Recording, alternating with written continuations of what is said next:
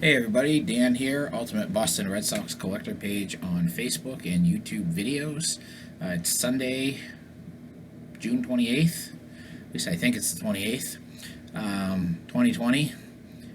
So today I'm going to do a quick video with some review of some mail from yesterday. I didn't get on yesterday to do a video. I had a migraine last night, I had a migraine this morning, and fortunately, my medication kicked in a couple hours ago and got rid of it for me, so I'm feeling much better. Kind of a sick day in this household today. My wife's feeling kind of blah today. My daughter actually threw up this morning. She's been fine since, but my wife's a little nervous because she's had some people at her work that have been having some symptoms of COVID lately, and now she's a worrier in general, so she's been panicking a little bit. She's been having some coughing herself for the last 4 or 5 days. Nothing that would appear serious, but you never know nowadays. So just kind of a down day in this household. Everybody kind of just taking it easy today. Just went for a dip in the pool to kind of wake myself up. Those migraines really take a lot out of me, and feeling better now. Went into the pool for about 20 minutes, half an hour. Took a quick shower. Now I'm feeling good. Going to do a video, and then going to do some cleaning down here this afternoon for the rest of the day, and cook a nice steak on the grill tonight for supper. So that pretty much sums up what my day is going to be like. But enough about me. Let's talk about my Red Sox stuff that came in yesterday. Four new items came in yesterday. One new autographed baseball, two new relic cards, both numbered 10 and under, and a parallel card from a kind of a cool set from back in the 90s. So I'll start out with that card. It was a plain white envelope deal. Paid about $1.50 for it. It's a 1994 Topps Stadium Club first day production John Valentin. You can see the little silver rectangle above his back. That is the first day production signal. Chipping away at this set, I probably still need about 8 or 9 cards for the team set. I do have Clemens, that's the big one in the set. And I think I have Mo Vaughn also. Those are the two most expensive ones. So there's actually 2 Clemens cards in the set. I think I actually have both of them in the first day production. So basically commons. I usually look for them in the $1 to $2 range. I'm okay with paying that to try to complete this set. Don't know of a print run on these, how many they made. They're not serial numbered, and you get varying reports on how many they made. But a very mass-produced set, like most sets in the early 90s. But a cool card nevertheless. John Valentin, a pretty underrated player when he was with the Sox, was a very productive shortstop for them, and had a ridiculous postseason. I believe it was it 98? He had a ridiculous postseason for the time they were in it anyway. So John Valentin, first day production, 94 Stadium Club. Next 2 items are a couple of cool relic cards, and I gotta open this one up. I didn't realize. I apologize. It's a card that I actually lost out on, and it's a fairly newly issued card. It's a card I lost out on in a bidding auction. There were several bidders on this card, which surprised me a little bit. And his cards actually tend to get a lot of bids when you do find them. He's had a lot of cards issued. He's an old-timer. He's an old-time manager. It's Joe McCarthy. It's a purple parallel card from the Panini Diamond Kings set from 2020. Make sure it's 20 and not 19 yet. 2020 Panini Diamond Kings. 8 of 10. It's a dual bat card. I lost out on the bidding of one literally the night before. Went for 13 and change plus shipping. And the seller put one on the next day for 10 or best offer. I offered 8, and the seller took my offer. So I ended up paying about 11 shipped for this one. So I actually saved about $5. Not from being patient. I got outbid. I was trying to get it, but I like to get the relic cards of the old-time Red Sox players and managers. So number 8 of 10. So very cool. Joe McCarthy. That's my first Joe McCarthy relic. And this one is even cooler in my opinion. It's one of my favorite current Red Sox, and it is from the 2019. I think it's triple threads. Let me just make sure. Well, I think it's triple threads. I get confused with all the Topps logos. Let me see what it says on the back here. Yeah, triple threads. Rafael Devers. Sorry for the tape on the card. I haven't had a chance to switch the holder. Beautiful multi-colored, 3-color swatch card. Red, white, and gray. And it's numbered 3 of 9. So only 9 of these babies out there. Not a lot of activity on this one. I was kind of pleasantly surprised. I got it for under $5 plus shipping, so I was very happy to get a single-digit serial numbered card of Rafael Devers for that price. So very cool card. I love the multicolored relics. This one, what does it say? They always have something. Lid Lifter Star. Is that what that says? Lid Lifter? Wow. Whatever. They come up with some interesting things to put on here. Just another ploy to make more relic cards and make more money. But that's what business is. It's about making money, right? So, Lid Lifter Star. Sure. We'll go with that. So, a cool card, nevertheless. And the autographed baseball that I got is of another guy who probably many of you will say, he played for the Red Sox? Or some of you will say, that's right, he did play for the Red Sox. He was most known for his time with the Atlanta Braves, was part of that stud young threesome rotation that they had in the early 90s when Glavine and Smoltz came up. He was the third member. And before anybody says Greg Maddux played for the Red Sox? No, this isn't Greg Maddux. Greg Maddux was after this guy came up. It was a left-handed pitcher, Mr. Steve Avery. Avery did pitch for the Red Sox briefly. I don't have his numbers with the Sox in front of me. I apologize. I usually try to get that when I show a baseball of a guy who, or a card of a guy who was kind of obscure Red Sox. But nice signature. You could make that out pretty much anywhere. It is on a National League ball. You can tell it's an early 90s National League ball. Bill White, I believe, on the signature there. And a cool ball. I usually don't really care if it's an American or National League ball if they played in both leagues, as long as it's not, as long as it's an official Rawlings. I do have some in my collection that are just the official league baseballs, not the official Major League baseballs. I don't tend to get them on Little League balls or just plain balls or souvenir balls. I like to get them on official baseballs. This ball is very clean, very little toning on it. You can't really tell.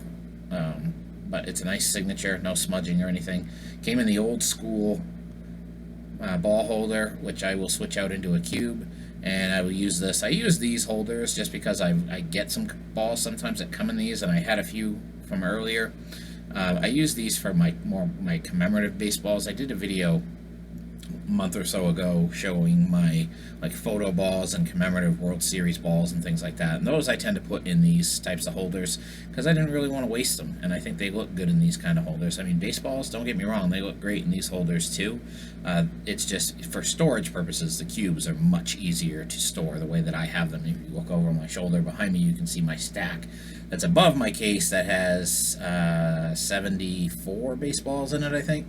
And I have another case in the other room that has 80 baseballs in it. So this is in the 180s now for baseballs. I don't have the exact count, but I'm working on that. Still working on doing a baseball video. I've shown a lot lately. I have another one, at least one more coming in, and I'm a high bidder on two kind of more obscure players as well tonight that I'm hoping to win.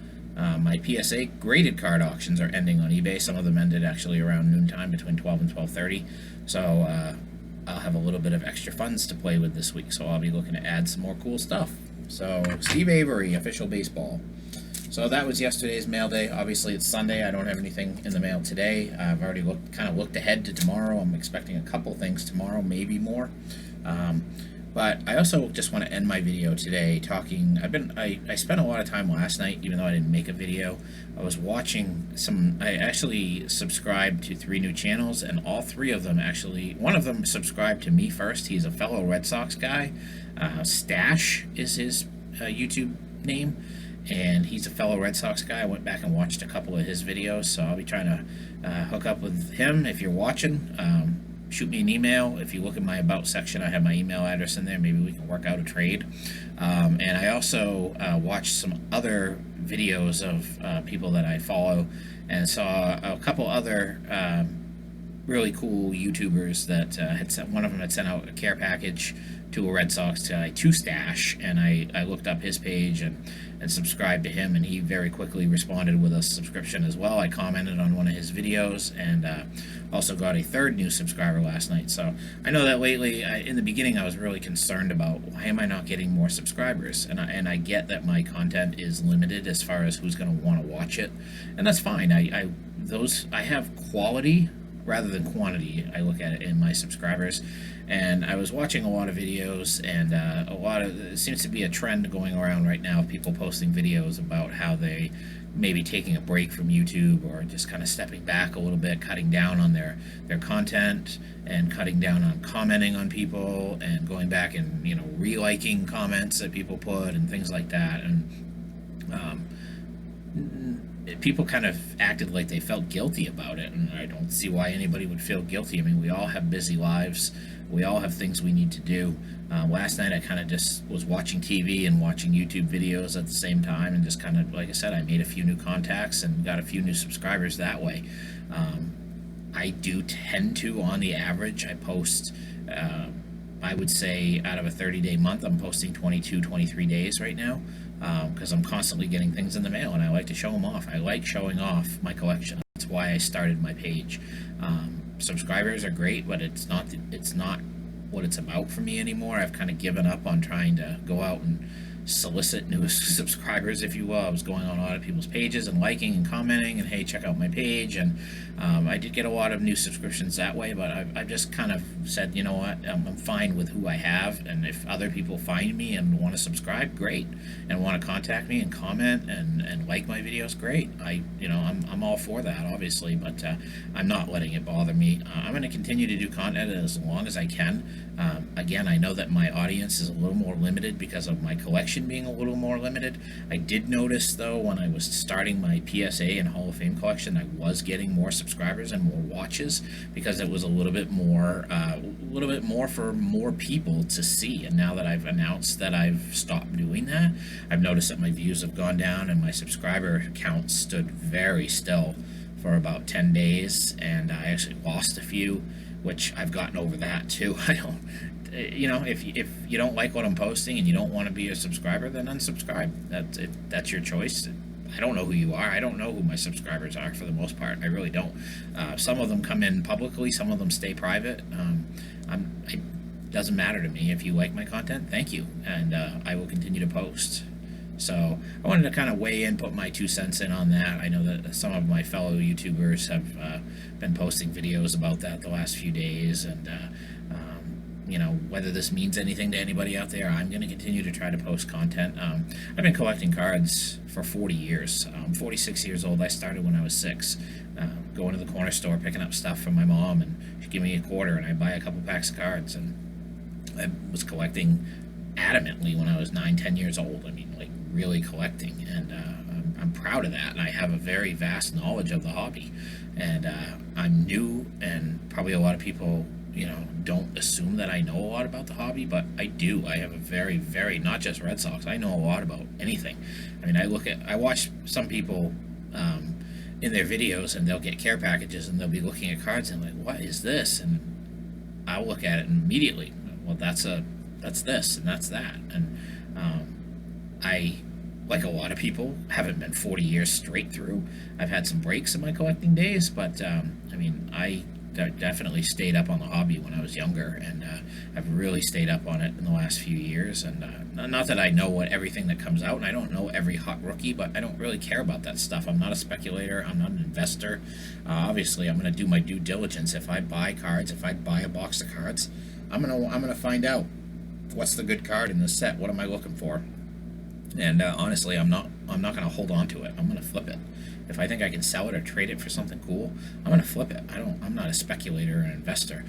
Some people may think that I was doing an investment in my PSA cards, and with the intention of buying them and flipping them, and that might have irritated some people because hey, I wanted that card and you outbid me, and now I have to try to find another one. That wasn't my intent. My intent was to collect, and then I realized very quickly, this isn't where my heart is. My heart is Red Sox, and that's what I want. That's what I'm going to do. So that's my rant, if you will. Definitely not upset, and don't blame anybody for wanting to take a step back and take care of their personal, lives first. That's what matters most in this life, and I appreciate everybody who does support me and continues to support me, and I will continue to support as many people as I can too. So that's what I got to say for today. I'm pushing 15 minutes here, so I guess I'm going to stop. I hope everybody has a good rest of your Sunday, and I will probably see you tomorrow with another video. Take care.